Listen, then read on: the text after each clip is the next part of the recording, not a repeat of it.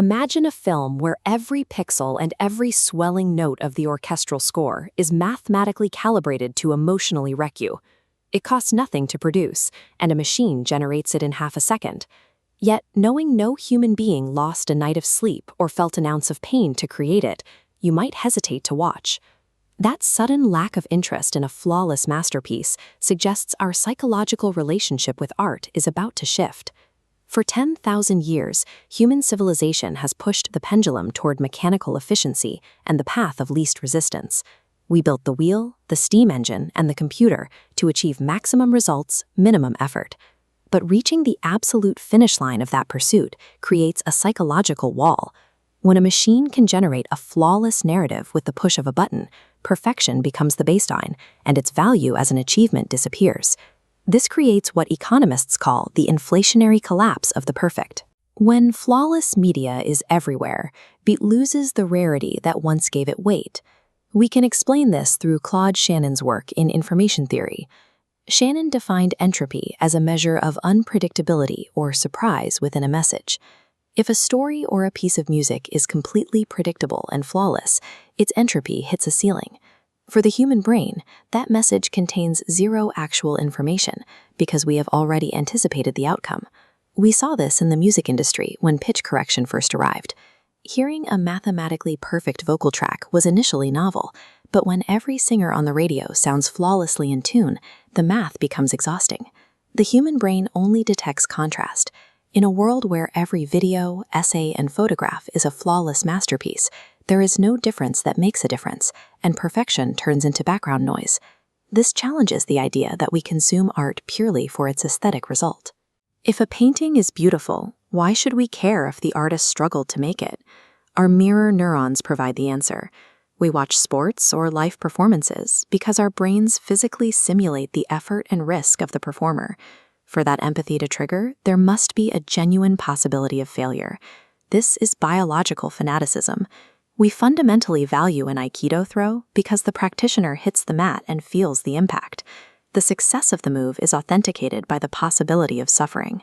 An AI can simulate a high-definition video of that throw with gorgeous lighting and perfect physics, but the machine has no nervous system. Subconsciously, we know we're looking at math, not courage. It has no skin in the game. When aesthetic perfection is guaranteed, we will stop caring about the end product and start obsessing over where it came from. Our vulnerabilities and physical limitations will become our premium currency.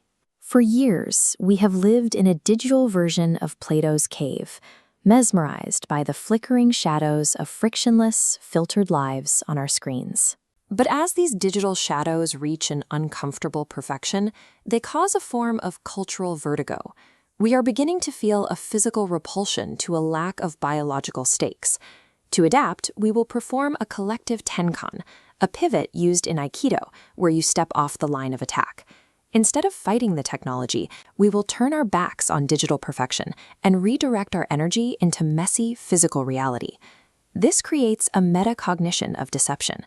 When we see a breathtakingly beautiful video with perfect lighting, our first thought will be that its beauty is the proof of its own fakery. This completely flips the social hierarchy. Harsh lighting, background noise, and human mistakes will no longer be seen as low quality.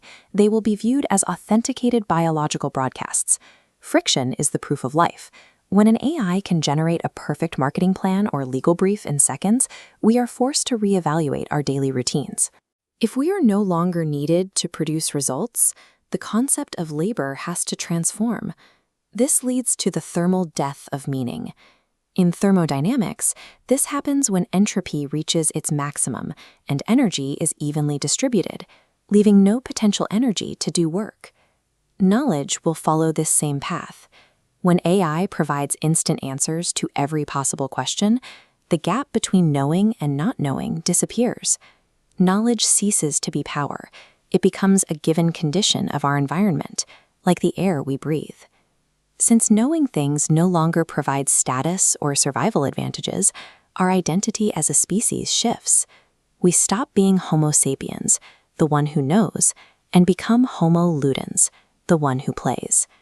Play becomes the only activity left that we do purely for the experience of doing it. We are graduating from a survival-based existence, where we measured our worth by our utility. In this post-utility environment, we focus entirely on the somatic feeling of existing in the present moment. Removing the pressure of outcome-based joy rewires our reward centers.